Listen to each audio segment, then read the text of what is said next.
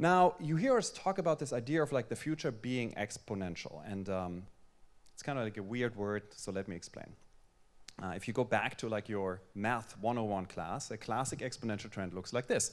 It's a doubling every time period. So you go from 1, 2, 4, 8, 16, 32. When you draw it, it looks like the hockey stick. This is the classic curve every Silicon Valley investor wants to see when it comes to your revenue or user growth. But that's an exponential curve. The most important technology exponential, which you surely have heard of, is Moore's law. So this is Gordon Moore. Gordon Moore is the co-founder of Intel. And Gordon Moore wrote 50 years ago, wrote an article for IEEE magazine where he described, interesting enough, he described a trend he saw in the past. So he wrote in this article that what he observed is that for the last 10-ish years, semiconductors had a doubling in transistors per square inch on an integrated circuit. And then he made the bold prediction to say, I believe this continues into the future. Now, this held up for 50 years, and it became known as Moore's law. So what this simply means is that the thing in your pocket, the thing on your lap, becomes more powerful effectively by the day. To give you an idea of how this looks like, this is a computer called ASCII. Was invented or was built in 1997, cost us $55 million. This computer was at Sandia National Lab, which is a big national lab here in the US. It was used to do atomic weapons testing. This computer, $55 million, the size of a court, like a tennis court. And it's remarkable because it was the first computer to break through the 1 teraflop barrier. So 1 trillion floating point operations, mathematical operations per second. So massive, massive breakthrough. This was, for a really long time, this was like the pinnacle of computing. 9 years later, Sony introduces the PlayStation 3, $499, 2.1 teraflops. So this is what computing does to you, okay? It goes a different way. You take the Pi Zero, was released December last year, cost you $5. So this is a full-scale computer. You can do pretty much anything with it. You can run a proper operating system with it, plug it into a monitor. $5. Has 191 megaflops, so 191 million floating point operations per second. So for the price of a Starbucks latte, you can buy the compute power of 2.5 Cray 1 supercomputers. The Cray 1 was released in 1975. Each one of those Cray 1s had more compute power than we had to put total to put the man on the moon. So now for the price of a Starbucks latte, you get 2.5 times the compute power from NASA had total to put the man on the moon. This is where computing goes, okay? More importantly is this. This is a golf ball. You see the dimple in the golf ball. You see a little chip. This is a Freescale chip. Was already released in 2014, so it's fairly old. It's 2 millimeters by 1.6 millimeters. This chip has the raw compute power of an early-stage Pentium processor, cost you 75 cents. This chip is single-handedly, and all its brothers and sisters, is single-handedly responsible why everything which has an electric cord attached to it will become smart. Because you get it for free. Like, why wouldn't you? I get asked this whole, like, all the times, like, why would you want to have a smart toaster? That doesn't make sense. And God knows, I don't want to have a smart toaster. But I get it for free, so why wouldn't I? This is the reason why, like, every light bulb will become smart. Also, this thing runs on the battery of a watch for about 2 years. So it's extremely energy efficient, which is the reason why anything which doesn't have an electric cord will become smart. So computing becomes incredibly powerful and incredibly small and cheap. And this leads to really interesting outcomes in this world. But it's not just computing. So computing is a really, really strong trend, but it's bigger than computing. So you take something like DNA sequencing, which, by the way, if you're following this a little bit, this is going to be the biggest change to humanity we have ever seen outside of computing. So you take cost of DNA sequencing, reading a genome.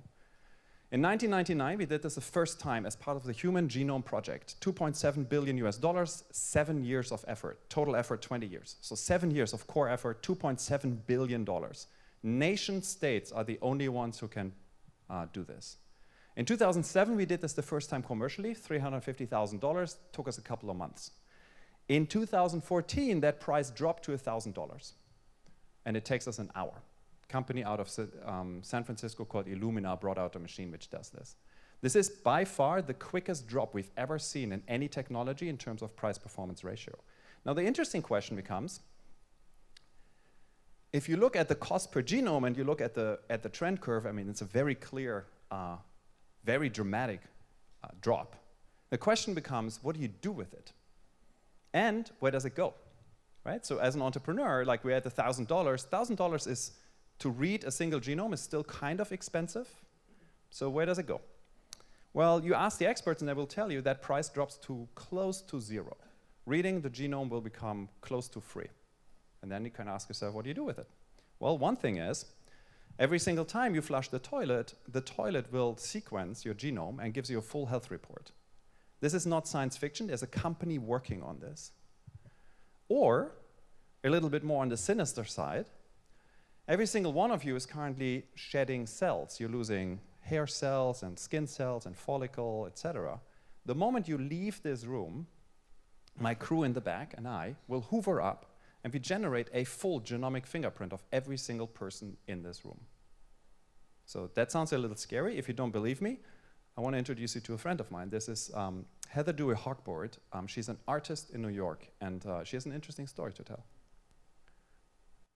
DNA might be used against us in the future. New York artist Heather Dewey-Hochboard. One artist in New York is making 3D models of people's faces, people that she's never met. She calls the project Stranger Visions. The strangers are people whose genetic material she finds on the sidewalks and subways of New York City.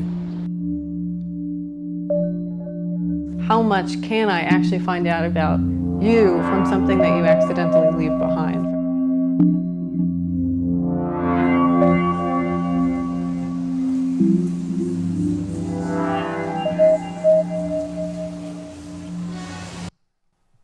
So you see where the future is going. This is an artist.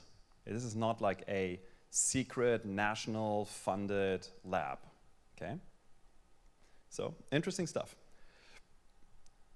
This is how you do this. This is a company out of our portfolio that developed a web-based tool which allows you to do genomic editing. So basically, you click together your GTACs, and you save them, you send them to a printer.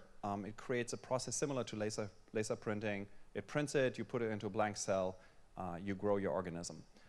This software was used to do something called the glowing plant, which was one of the largest Kickstarter projects. They raised more than $1 million. They took the genomic information from the firefly, so the information which makes a firefly glow, and put that into a plant, and created a plant, a flower, which glows in the dark. Their big game is they want to put this into trees so you can replace street lights. Because the trees glow in the dark. So we're moving rapidly into a new world.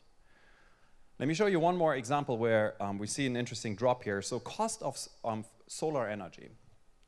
So first time we did this, or not the first time, but like the first kind of commercial number, in the late 70s, $80 per kilowatt hour. That's terrible. It's really, really expensive.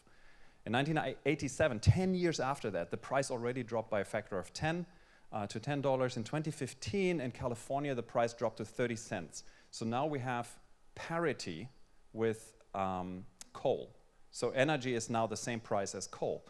In 2016, in Dubai, the price dropped to 3 cents. This is unsubsidized. So energy becomes free, like literally free. Now you can ask yourself again the big question, like what do you do with free energy? Like a lot of things. If you plot these things out, you see two effectively exponential graphs. The one is the dropping price, the other one is the installation of solar panels. There's something called Swanson's law, which is similar to Moore's law, which stipulates that with every doubling in solar panels, the price drops by 20%. Has something to do with economies of scale. So now I have a world where once we have reached the tipping point, which we have, solar becomes cheaper and cheaper and cheaper and cheaper, so it gets close to zero. A lot of people in the energy industry, so the guy who runs the largest energy company in Europe is a friend of mine. He will tell you that soon you will not pay for energy anymore. Which is interesting because if you think about it, we're fighting wars over energy at the moment. We send people to die to fight over scarce resource, whereas in the reality, like, these resources are abundantly available. If we were to build a solar panel that size, that would power the world over. Notwithstanding that you need to transport the energy, that's a whole different story. But that is all it takes to power our current energy consumption.